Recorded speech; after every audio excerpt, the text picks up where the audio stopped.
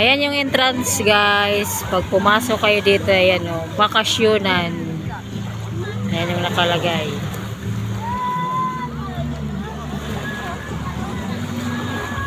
Ayan. Tapos ito na yung paligid niya dito sa paliguan.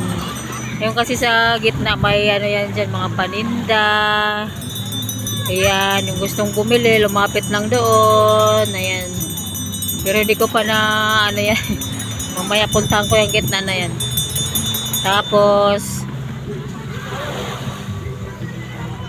ayan, may nagtitindang ice cream dito. Tsaka yan na yung mga tao dito, naliligo na. Kita ko sa inyo nung malapitan. Ayan. Yan na yung paligid niya dito. Ayan, ayan, ayan. Ayan yung mga cottage na dyan sa gilid hanggang doon. Ayan.